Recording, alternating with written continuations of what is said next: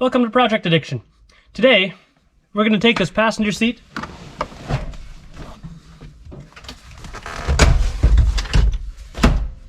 and we're going to make it a little more interesting.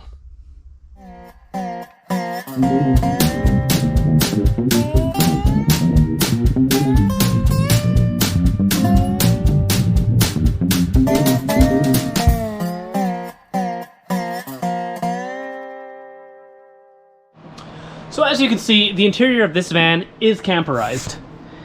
And the owner actually lives out of this full time. He's doing a whole bunch of traveling around North America right now. So that means that this is his home. And where I'm sitting right now, this is his living space. It's not very much. It's pretty tight. If it's raining outside, there's not a lot of room to move about in here and not a lot of room to relax. Really, you're either laying on the bed or sitting on the floor.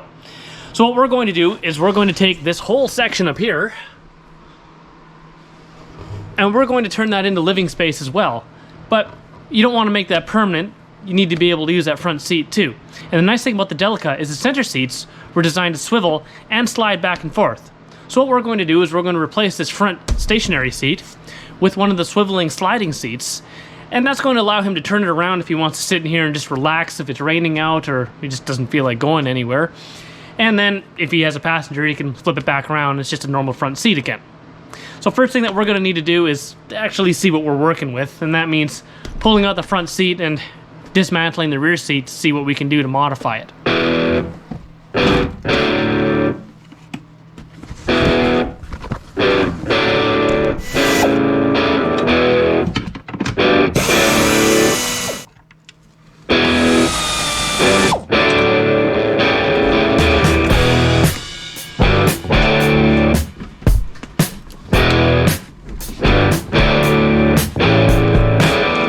Had to commission a little bit of help to get the seat in.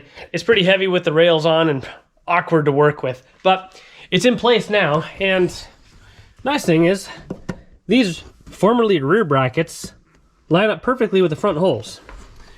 These guys don't line up with anything, so I might have to modify those. And then the rear ones here don't line up with anything either. But our original mounting bracket holes are here and one right under here. So I think what we're going to do, instead of drilling holes in the floor here and trying to put in a new nut, because this is actually where the fuel tank is. So we got a fuel tank and then a frame rail right up under here, meaning I couldn't weld a captured nut under this or a strengthening plate. And this one here, I'd have to drop the fuel tank down. Don't really want to do that. So I think what we'll do is we're going to build a bracket that goes from here to here and from here to here, maybe in one piece on the plasma table. And then we can bolt it all up and that should do the trick, I think. We're gonna have to knock this down a little bit because it's not allowing the track to sit flat on the floor. This side's good, but I could cut it out and weld in a flat piece, but it's under the carpet, so we're just gonna use this guy and make it the shape we want.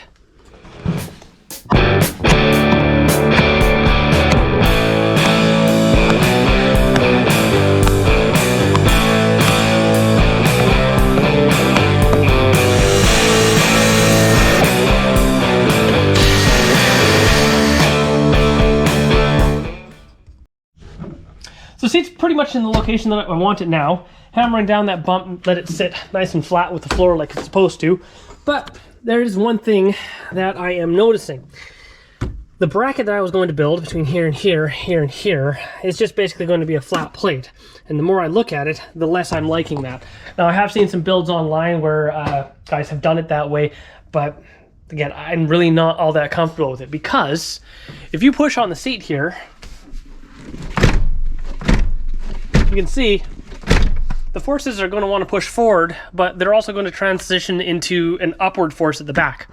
And just having a flat plate here, that's not going to give any rigidity to anything. It's just going to want to come up like this, and it'll probably bend at the bracket here because this is fairly thin steel. So again, the more I look at it, the less I like doing it that way. So I think we're going to do it a little bit different. And what I've got, there's some bolts. And what we're going to do is we're going to cut out a plate, weld that bolt to the plate, and then basically have a stud here on both sides. And that way, these seat rails are mounted directly to the floor, right at the mounting point, and that's going to make them as strong as they can possibly be and as close to the factory setting as they were originally. So a little bit more comfortable doing it that way than doing the bracket. The bracket would have been nice because there'd be no modification, no welding, but I think strength and safety are more important than not modifying the van.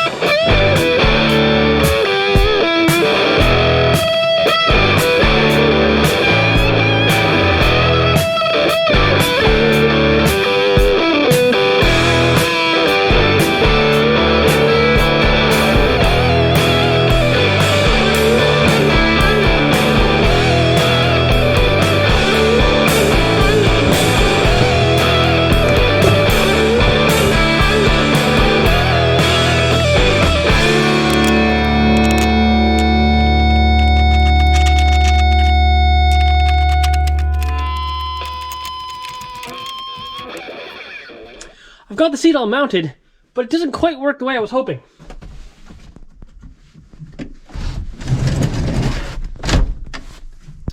That's as far back as it slides. As you can see, I still got a whole bunch more track left here. So I've taken apart the right side track to just have a look, and I'll show you what I found.